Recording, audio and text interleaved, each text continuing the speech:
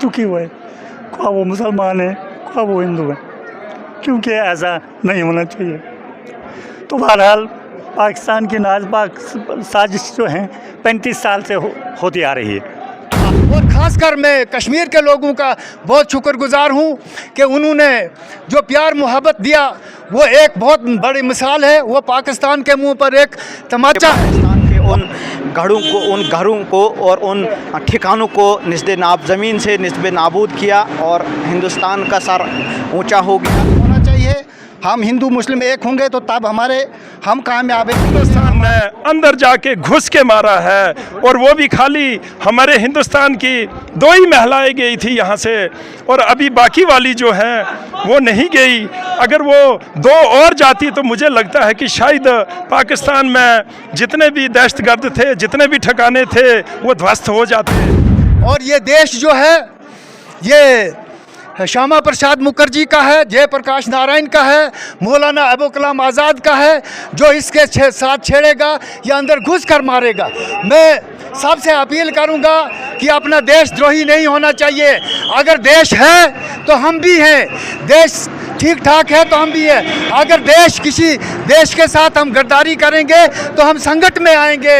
हमें वो आप अपनाना चाहिए जो सोफिया कुरैशी ने अपनाया, जिसने भारत का साथ। दूसरा, जो हमारे मुसलमान भाई ने वहाँ कुर्बानियाँ दी, बचाव किया, उसके बाद हम उसको भी अल्लाह ताला शांति दे और जन्नत फिरदौस अता करे। उसने भी अपना रोल जो है अदा किया। तो मैं आज पूरे हिंदुस्तान, जितने भी हमारे हिंदुस्तान की आवाम है, मैं तमाम को मुबारक करता हूँ। हिंदू, मुस्लिम, सिख, ईसाई जितने भी कौमें हैं वो यकजा होकर और पाकिस्तान को मुँह तोड़ जवाब देने के लिए सलाहियत रखी। और मोदी जी ने भी इस पर बहुत बुरा अमल किया। मोदी जी के काम भी बहुत अच्छे हैं। अब काम के सूरत में भी बड़ा अच्छा रहा मोदी साहब हमारे, और मुल्क की दिफा के लिए भी उनका बड़ा अहम रोल रहा।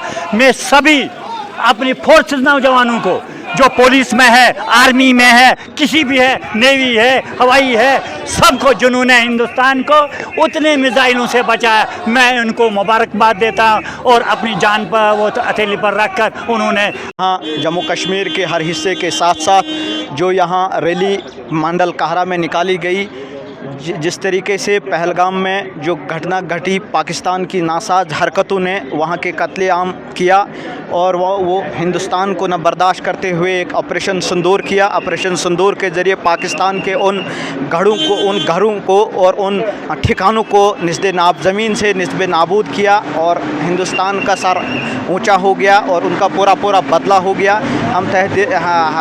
हम इसी के साथ साथ यहाँ के लोगों ने भी यहाँ एक रैली निकाली, इंडियन एयरफोर्स जिंदाबाद, हिंदुस्तान जिंदाबाद।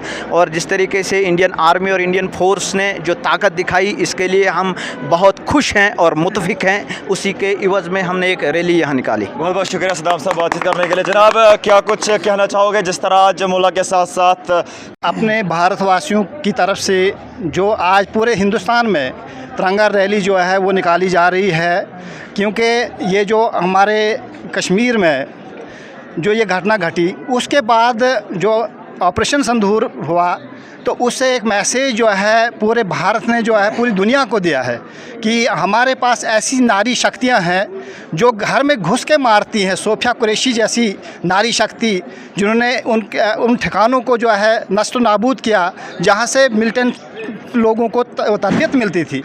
तो मैं ये चाहता हूँ कि हम सारे हिंदुस्तान वासी और ख़ास करके जम्मू कश्मीर के लोगों से मैं निवेदन करता हूँ, हमें इत्तेफाकन एक होना चाहिए।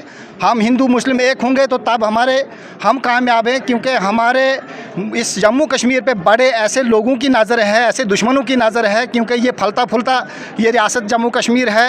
यहाँ के जो वसाइल हैं, यहाँ की जब हमारे फ्रूट्स हैं, हमारी फॉरेस्ट है, हमारे यहाँ के पानी है। लोग दुखी हुए, ख्वाह वो मुसलमान है ख्वाह वो हिंदू है, क्योंकि ऐसा नहीं होना चाहिए। तो बहरहाल पाकिस्तान की नाज़बाक साजिश जो है 35 साल से होती आ रही है। तो आज हमारी जो आर्मी, जिनको मैं सैल्यूट करता हूँ, क्योंकि मैं भी 71 साल की उम्र है मेरी, मैं भी सियासत में बहुत देर से रहा हूँ 1973 से, तो मैं अपनी फोर्सेस को भी जो जम्मू कश्मीर की फोर्स है, जिन्होंने, पुलिस ने अहम रोल अदा किया, हमारे आर्मी ने किया, हमारे महिला जो पायलट हैं उन्होंने किया, मैं उनको सलूट करता हूँ, मुबारक करता हूँ। दूसरा, जो हमारे मुसलमान भाई ने वहाँ कुर्बानियाँ दी, बचाव किया, उसके बाद हम उसको भी अल्लाह ताला शांति दे और जन्नत फिरदौस अता करे, उसने भी अपना रोल जो है अदा किया।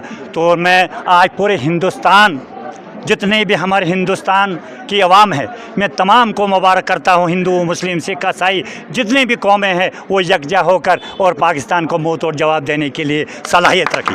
और मोदी जी ने भी इस पर बहुत बुरा अमल किया। मोदी जी के काम भी बहुत अच्छे हैं, अब काम के सूरत में भी बड़ा अच्छा रहा मोदी साहब हमारे, और मुल्क की दिफा के लिए भी उनका बड़ा अहम रोल रहा। मैं सभी अपनी फोर्स नौजवानों को, जो पुलिस में है, आर्मी में है, किसी भी है, नेवी है, हवाई है, सबको जिन्होंने हिंदुस्तान को उतने मिसाइलों से बचाया, मैं लीड किया। और क्या मैसेज देना चाहोगे तमाम तर हिंदुस्तान के लोगों को, और क्या मैसेज रहेगा आपका? सर, जय श्री राम। सबसे पहले मैं आपका शुक्रगुजार हूँ जो आपने अपना कीमती टाइम तोड़ के हमारी यहाँ रैली में बढ़ चढ़ कर हिस्सा लिया।